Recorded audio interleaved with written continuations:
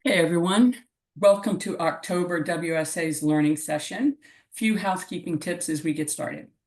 All participants are placed on mute for the presentation. If you have questions for Shelly, please include them in the Q&A and we will address them at the end of the presentation. We are recording this session and we'll send it out to all attendees within 48 hours. So again, thank you for joining us for this next session in our webinar series. I'm excited to introduce our speaker, Shelly Doty.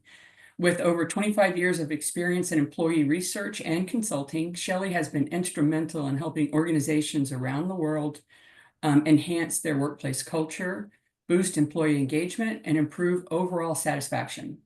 Shelly's expertise lies in understanding what truly motivates and drives the workforce, and she has a proven track record of building strong relationships with her clients. She leverages employee feedback to deliver actionable insights that significantly enhance the employee experience. So please join me in welcoming Shelly Doty as she shares her valuable expertise with us today. Thank you so much. Thank you, Karen. So to start with, as I was thinking about the work that we do day in and day out, the work that I have the chance to do as a consultant, I started to think about what questions do clients ask about the most? And it really tends to be around three things. Number one, when looking at my employee engagement data, is this a good score? Number two, how does this score compare to others in like countries or industries? And number three, how do I make sure I'm getting better year over year? What is considered meaningful change or meaningful improvement? So admittedly, a few weeks ago, I was preparing for this session. And while preparing, I was watching Monday Night Football. Now, you all might not be football fans, but I still think this analogy works. And I started to watch a certain team and the level of success that they were having this year, and honestly, that they continue to have over the past few years. What makes a good team? What makes a good football team? Well, it tends to be a team who is talented, highly engaged, highly enabled to perform at the highest level, and who has strong coaching and leadership in play. Also, in football, football tracks everything. So in football, in order to win, you have to score touchdowns. The more touchdowns you score, the more points you put on the board, the more likely you are to win a game. In order to score more touchdowns, in order to win, I know that certain things have to be tracked, monitored, and measured over time. So things like quarterback efficiency or rushing yards for a running back, things that play into being a strong offensive team that scores a lot of points. So parallel that back to employee engagement, employee experience research. And what we know is that companies who win have a highly engaged workforce who is highly enabled with good leadership, effective leadership at the helm. We also know that companies who do this really well and who succeed are tracking and monitoring those aspects of the employee experience over time. And they always want to get better, right? It's never good enough. So that's really what we're going to talk about today, is how do we really set meaningful goals for improvement to make sure that we're constantly looking at the experience of our employees, those things that really matter, and make sure we're getting better over time. What is considered good year-to-year improvement, and what are some best practices that organizations do to make sure that the goal-setting process, the action planning process is as good as it can be? So just to begin with, there certainly are some factors that should be considered when thinking about establishing goals around employee engagement data. The first one really is the maturity of your program. So when you think about it, if you're at the beginning of your journey, this is year one of doing an employee engagement survey, that's really your baseline year, right? You don't have the previous year's trend data to say, hey, are we moving the needle or not? So you really want to look at that year one as your baseline. usually when you get into year 3, year 4 and beyond, you now have a pretty mature program. You can really start to look at the trends. You can start to look at how you've trended in the past on meaningful improvement and continue to set meaningful and relevant goals around it. Number 2 is really the frequency to which you survey. It does factor in. So our best practice has always been an annual survey, but we realize not every company does that. So if you're surveying less frequently than annually, again, some of those kind of goals that you're setting may look a little different or last a little longer to achieve what you want to achieve. And finally, it's about the baseline scores you want to really impact on, right? So in an employee engagement survey, you may have 30 to 45 questions on that survey. You know, you can't pick 30 to 45 things to work on, right? So at the end of the day, focusing on engagement and focusing on what we call those key drivers of engagement, the items that we know have the most impact or the strongest relationship to engagement, those help move the needle on the employee experience. Those help move the needle on engagement. And we typically recommend, as we say, not to boil the ocean, but just to pick 1 or 2 things to really put your energies behind. So I was thinking through a good story or case study that really illustrates what we're going to talk about today.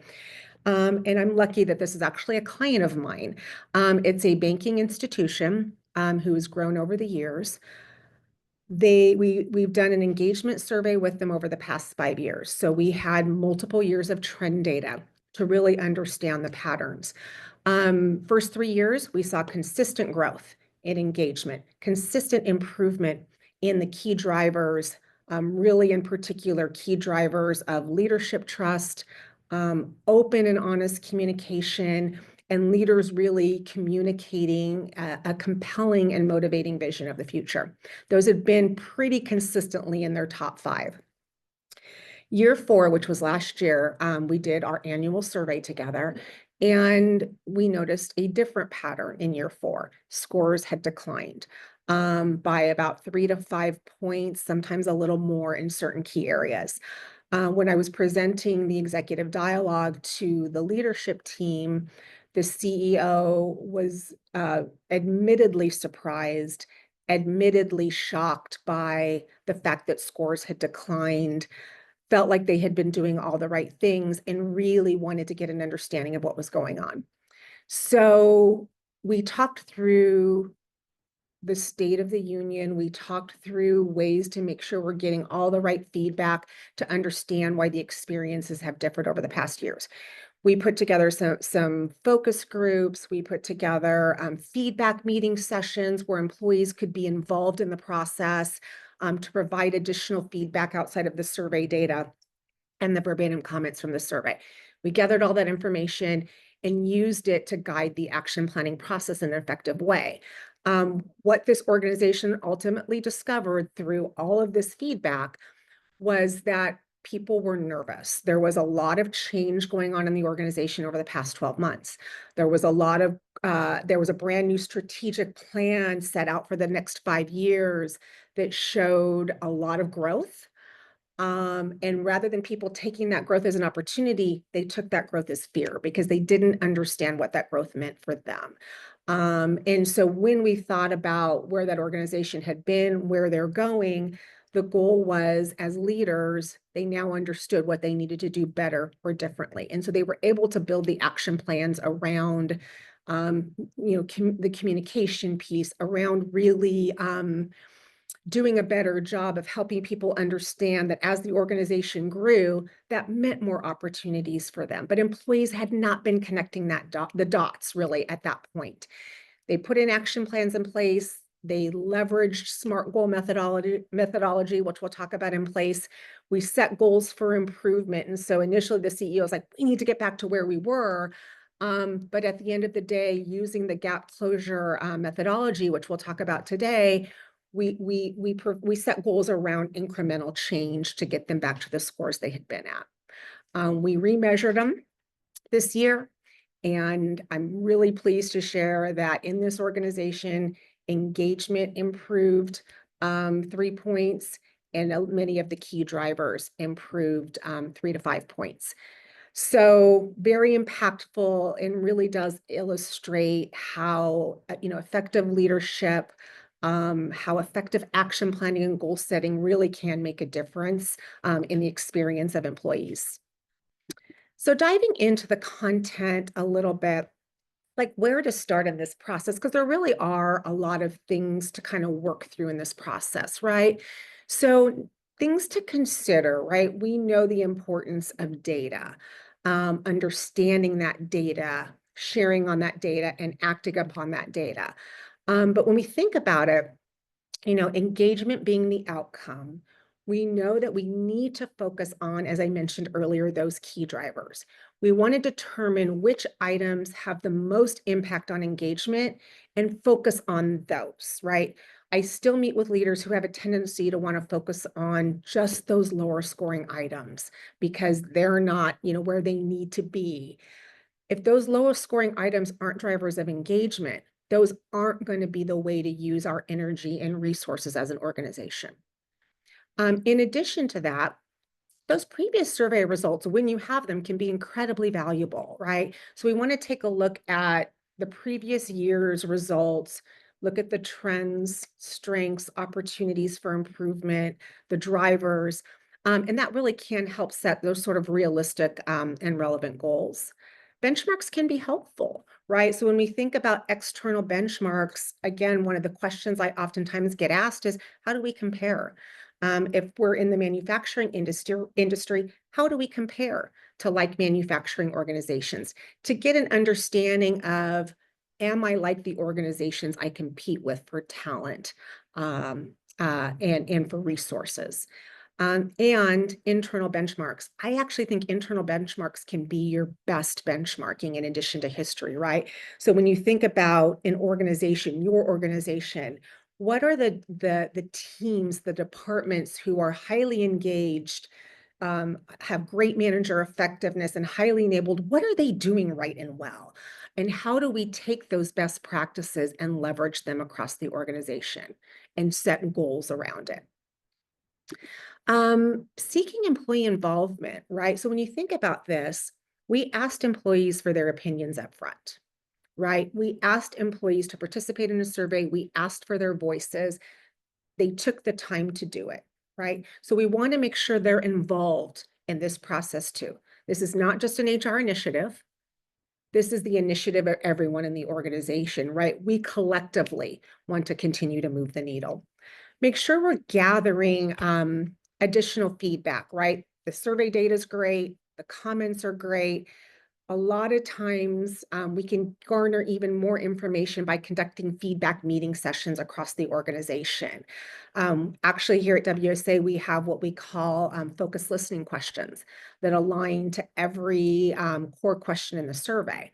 That allows us to ask key questions to delve a little bit deeper into employees, into understanding employees' perceptions on a particular topic. And engagement, right? It is critical that leaders and managers at all levels are are bought in, are accountable, and really take ownership in order to truly set goals and drive change. And you've seen this before, right? Setting SMART goals.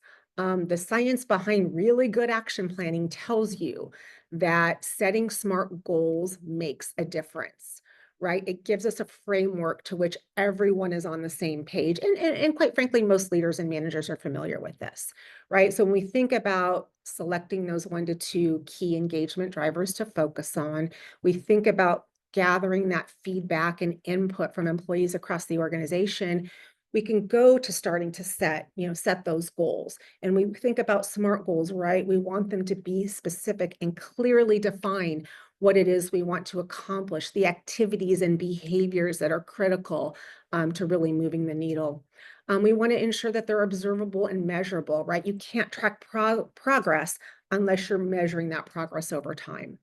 They need to be achievable, right? So that you don't want them to be so easy that it doesn't feel like you did anything, but at the same time, they need to be achievable so that given what's going on in the organization, resourcing other things that we know we can accomplish that to make a difference.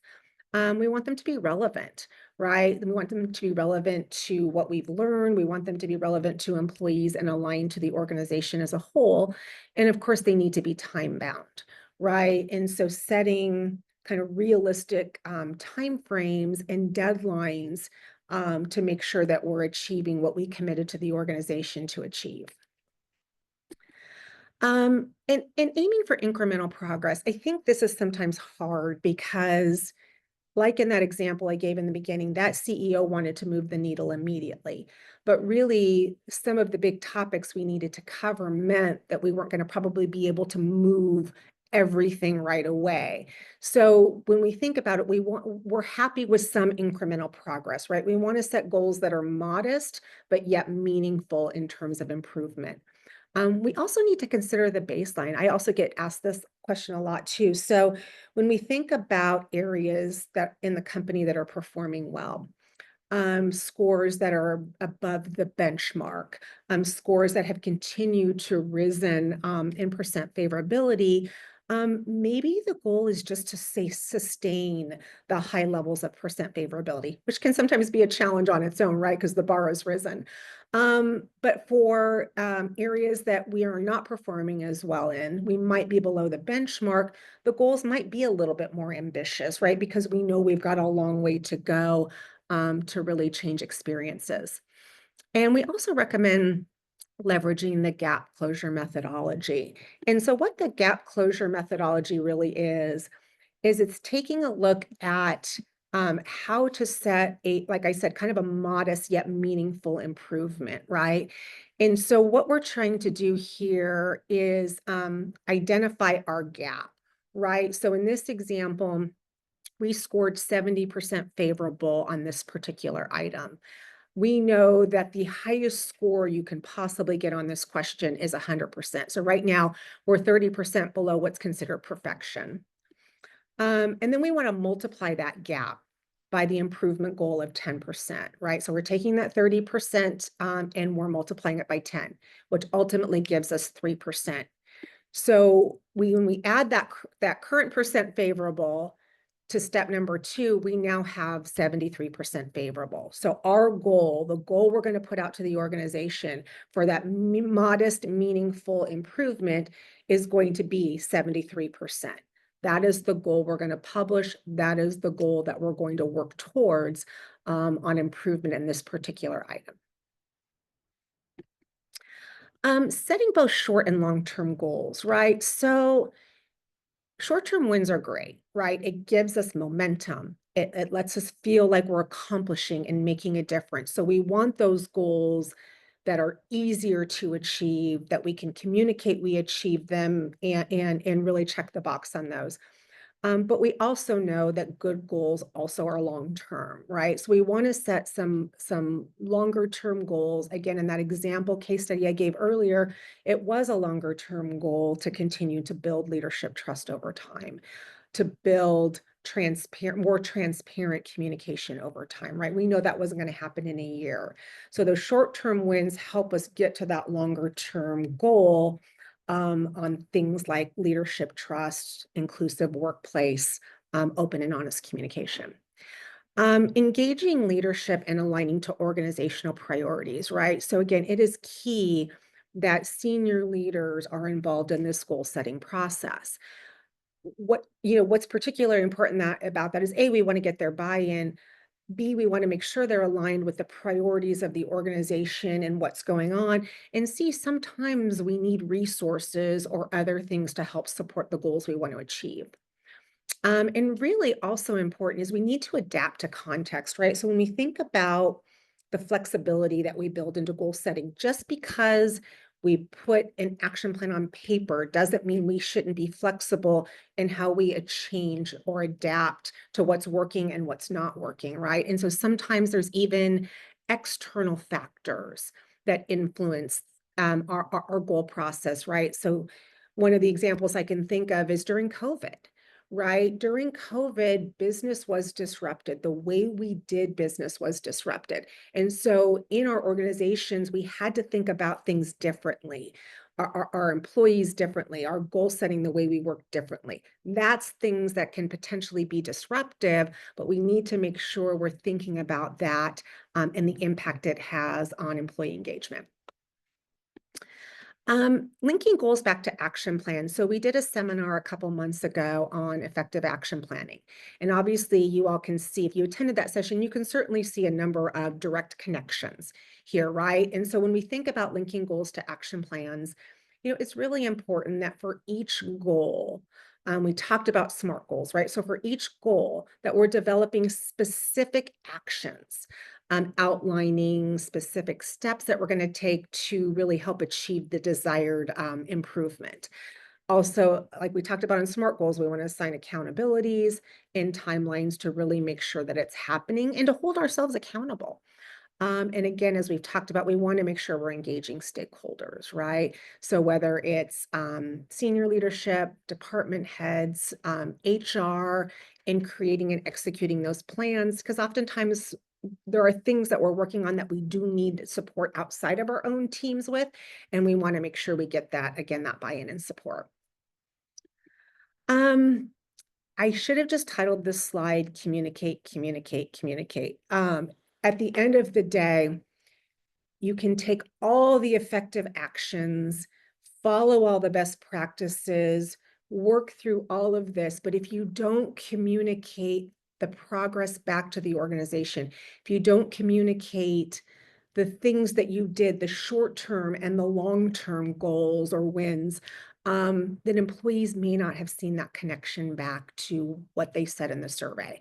One of the questions we ask on a regular basis, and it's honestly one of my favorite questions, is I believe that positive change will happen as a result of this survey. And you think about the context of that question, it's about feeling that my voice is heard. It's about a sense of belonging. It's about trust that leadership is actually going to listen and do something with the results, right? And we also know that those employees who believe favorably that positive change will happen are at least 50% more engaged than those who do not. And we do this at a company by company level. So the statistics vary, but that's about the average. So it makes a difference, right? And that communication link, that connection back between what we heard in the survey to the result is really critical, right? So a couple of tips on that. First and foremost, as it says here, don't lose momentum, right? So when we get the results or when you get the survey results, it's important to dive in immediately. It's important to collect feedback immediately, and it's important to work through those action plans in a timely manner, right? We don't want to wait 9 to 12 months because at that point, the data is older, it's a bit more stale, right? We want to show that we're taking actions as soon as possible. It's also really important to share and collaborate your actions with others outside of your team. So there are many instances, and I think of one item in particular. We ask a question about departments collaborating effectively together, right? We've tended to see some lower scores in many organizations we work with on that question. That might be a good one for two departments who work together, maybe sales and marketing or something like that, to work together to collaborate effectively on that particular item, on action planning on that particular item to really help make a difference. Establish regular check-ins to monitor progress, right?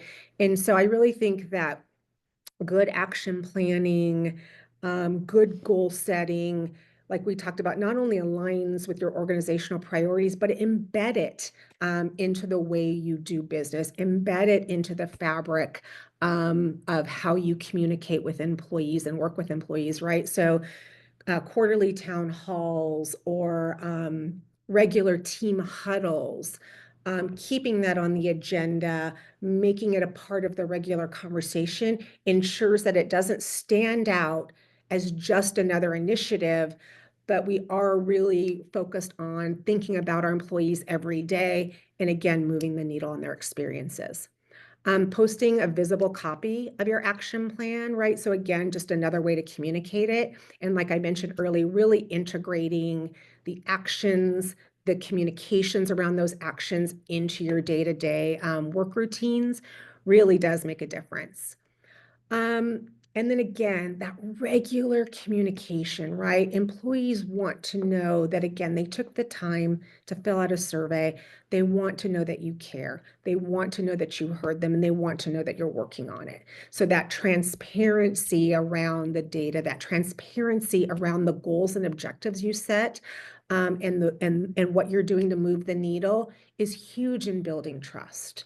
And really, again, making those tangible improvements, helping employees really connect the dots between the action plans, the goals, the data, and then, the work you're doing to really improve their experiences.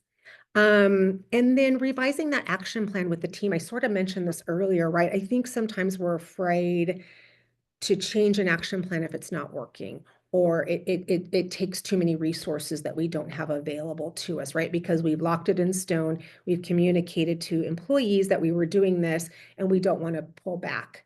Sometimes you just have to, right? We've been working on this action plan for a couple months now.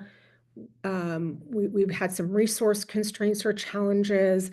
It's not being accepted or adopted by employees as much as we thought it would be. It's okay to change it. It's okay to be flexible in your strategy, the things we need to do to maybe impact that action item in a different way, as long as we're communicating it back to our employees, right? We're changing the course because we all agree that this isn't working.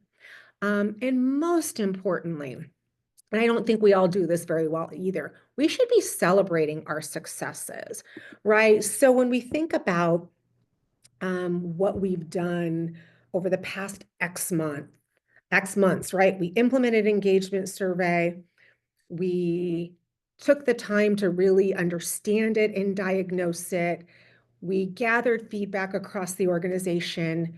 We ensured that we put together really good, solid, SMART goals for positive improvement. We've been doing a good job of communicating it. We've got to celebrate those wins, right? Don't be afraid to be, I think we use this term at WSA sometimes, braggadocious, right? To say, hey, really proud of the work we're doing here, appreciate your feedback, more to come. So again, don't forget to celebrate those wins. It's hugely important. And this is really everything I had to share today. Thank you all for your time. Thank you all for listening to this now or in the recorded session. I hope you learned a few things along the way. And also wanted to share to be on the lookout for our next November session. It's November 20th at 1 p.m. Central Time. The topic will be, which we talked briefly about today, but we'll go much deeper into employee experience benchmarks, what you may not know, and why it matters. Thank you. Thanks, Shelly. That was really informative. I have a question here for you. I'll read it. I am frequently asked in my organization what the 2 or 3 things managers need to focus on, but different teams, managers have different pain points. How do we effectively balance org level trends, results, and action items with the individual needs of a team where their key driver scores may be better, worse than they have, and they have different recommended actions? Yeah, gosh, that's a great question, right? So when you think about it, we talked a lot about aligning to the organization, aligning to organizational priorities. We do recommend a top-down approach to looking at results, but we also know that it is critical that team managers or that managers are involved in also action planning at their level, right? So when you think about it, we want to stay aligned at the end of the day to what's happening in the organization or the goals we're setting forth. But it really is important that managers have the opportunity to action plan on something that they can control that makes a difference for their team. So we encourage them picking at least one thing, one of those key drivers of engagement within their span of control that they can make a difference. So it's kind of complicated, but yet I think it's pretty straightforward when you're really looking at it to try to understand that I want to do something that I can impact for my team. And we know that's really important to employees and their experiences. All right, thanks. Let's see. I've got another one here. What should we do or consider as a baseline if we have not surveyed in a few years? Oh, Data that's still relevant? another good question. History is interesting, right? We know our best history is kind of that year over year. One of the questions I always ask my clients that haven't surveyed for 3, 4, 5 years, whatever those longer timeframes, is how much has your organization changed? Right? We know that, gosh, in today's environment, organizations are changing more than they ever have before. There's one thing I think that's constant, and it's the pace of change. So, why I don't want to say throw away that history, but I would typically not recommend aligning that history because I think it doesn't necessarily reflect the trends. So I would almost start with this year as a brand new baseline. You can still look at where you've been, but really use this year as a brand new baseline and then move ahead or move forward with your trend data.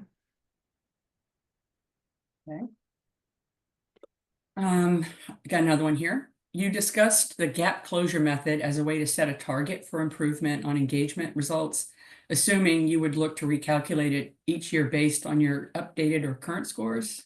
Yeah, absolutely right. So you want to always look at your current score when calculating that, and whether or not you hit your goal last year, use this new score and calculate it off the new score, not the old score. So absolutely. Okay. One more.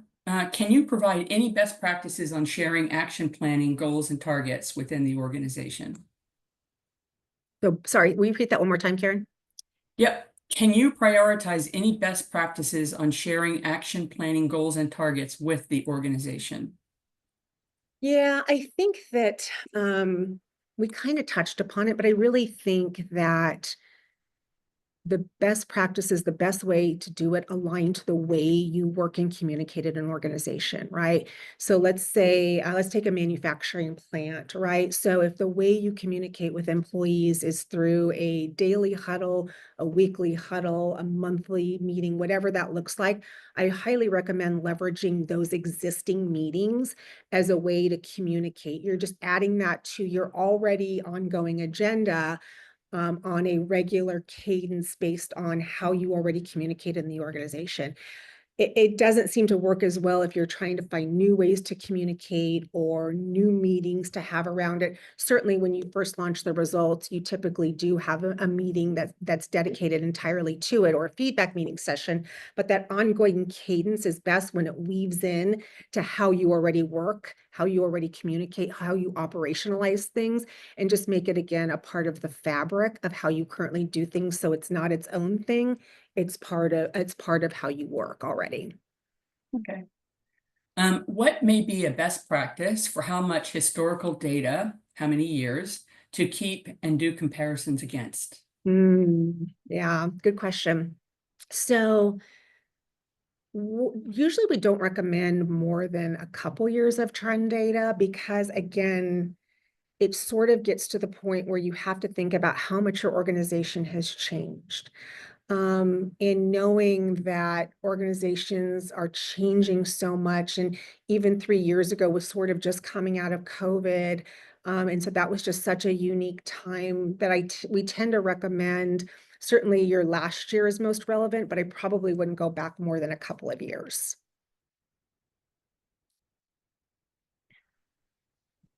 Any questions? All right. That looks like it's it.